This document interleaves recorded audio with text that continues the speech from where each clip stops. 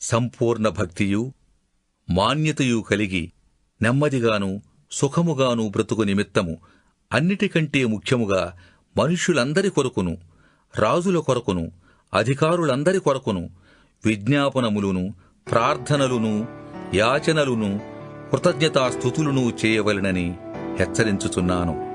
ఇది మంచిదియు మన రక్షకుడగు దేవుని దృష్టికి అనుకూలమైనదియునై ఉన్నది. ఆయన మనుష్యులందరూ రక్షణ పొంది సత్యమును గూర్చిన అనుభవజ్ఞానము గలవారై ఉండవలెనని ఇచ్చయించుచున్నాడు. దేవుడొక్కడే, దేవునికిని నరులకును మధ్యవర్తియు ఒక్కడే. ఆయన క్రీస్తు యేసను నరుడు. ఈయన అందరి కొరకు విమోచన క్రయధనముగా తన్ను తానే సమర్పించుకొనెను. దీనిని గూర్చిన సాక్ష్యము యుక్తకాలముల యందు ఇయ్యబడును.